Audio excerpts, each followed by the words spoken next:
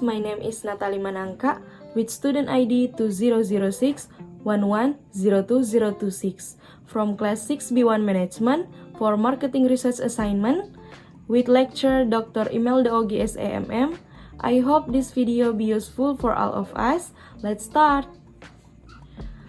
I took the title, namely the influence of packaging and brand, product quality and taste on purchasing decision for instant noodles. And this is the identification of problems.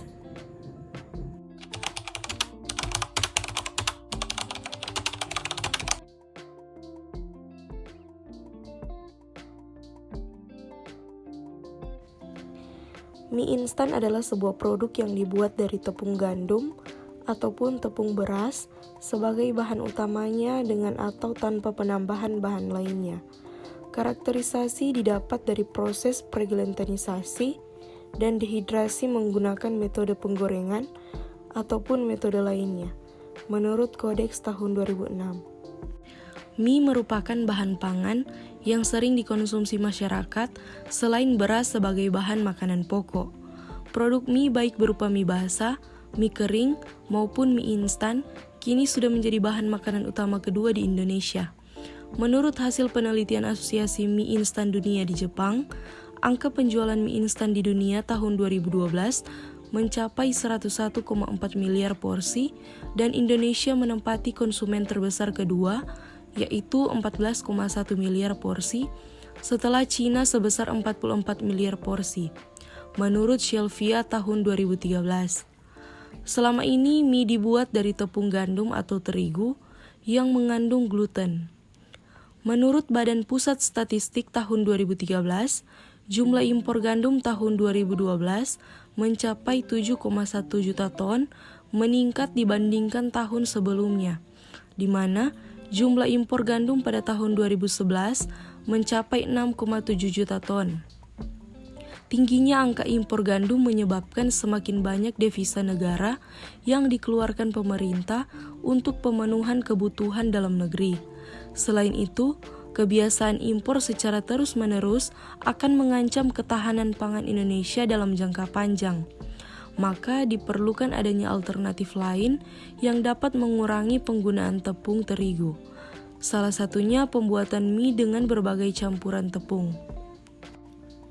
Mie adalah produk makanan yang dibuat dari tepung gandum atau tepung terigu dengan atau tanpa penambahan bahan makanan yang lain dan bahan tambahan makanan yang diizinkan, berbentuk khas mie dan siap dihidangkan setelah dimasak, menurut Anonim tahun 2005 dan Andriani tahun 2008. Populasi menurut Sugiono tahun 2017 adalah wilayah generalisasi yang terdiri atas objek atau subjek yang mempunyai kualitas dan karakteristik tertentu yang ditetapkan oleh peneliti untuk dipelajari dan kemudian ditarik kesimpulannya.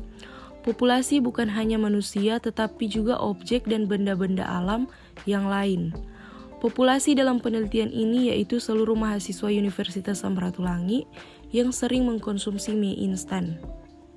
Sampel menurut Sugiono tahun 2017 ialah bagian dari populasi yang menjadi sumber data dalam penelitian, di mana populasi merupakan bagian dari jumlah karakteristik yang dimiliki oleh populasi. Sampel dalam penelitian ini yaitu mahasiswa yang tinggal di kosan dekat kampus berjumlah 100 orang. Metode penelitian.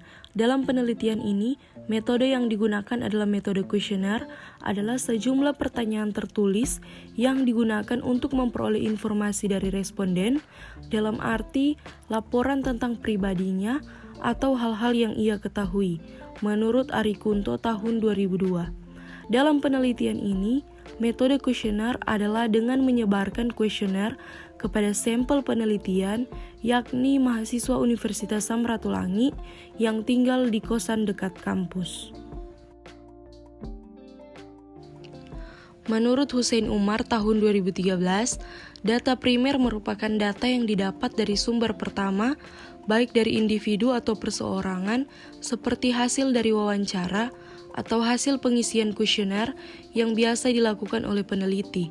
Contoh data primer dalam penelitian ini adalah data yang diperoleh dari responden melalui kuesioner. Menurut Hussein Umar tahun 2013, data sekunder adalah merupakan data primer yang telah diolah lebih lanjut dan disajikan baik oleh pihak pengumpul data primer atau oleh pihak lain, misalnya dalam bentuk tabel-tabel atau diagram-diagram. Contoh data sekunder dalam penelitian ini adalah catatan atau dokumentasi berupa wawancara, internet yang berkaitan dengan mie instan. 1. Menelusuri pertanyaan penelitian penting bagi peneliti untuk memahami dengan seksama tentang rumusan pertanyaan dari penelitian yang dilakukan. Hal ini penting agar dapat diketahui data atau informasi apa saja yang dibutuhkan untuk menjawab pertanyaan tersebut. 2. Menentukan informasi yang dibutuhkan untuk menjawab pertanyaan penelitian. Informasi yang akan dicari dapat dikonversi menjadi pertanyaan atau pernyataan yang mendetail dan disusun menjadi kuesioner. 3. Membuat kuesioner yang terstruktur. Pertanyaan dalam kuesioner penelitian diawali dengan identitas serta karakteristik responden penelitian. Selebihnya, penting bagi peneliti mengklasifikasikan dan menyusun runtutan pertanyaan sehingga mempermudah proses pengumpulan data. 4. Membuat penjelasan atau pertanyaan lanjutan dari kuesioner. Hal ini dimaksudkan untuk menggali lebih dalam informasi yang dibutuhkan. 5. Melakukan uji coba kuesioner. Uji coba kuesioner ini dibutuhkan ketika kita ingin menguji seberapa baik kuesioner yang telah kita buat. Apakah pertanyaan di dalamnya relevan dengan mengkarakteristikan responden atau apakah terdapat kata-kata yang mengandung ambiguitas dalam kuesioner yang dapat membuat responden salah paham. Pada tahapan uji coba kuesioner, biasanya juga akan dilakukan sebuah survei di lapangan yang bertujuan untuk memperbaiki isi dari kuesioner sebelum disebarkan ke lokasi lain yang akan menjadi daerah tujuan penelitian. Thank you for watching. Bye!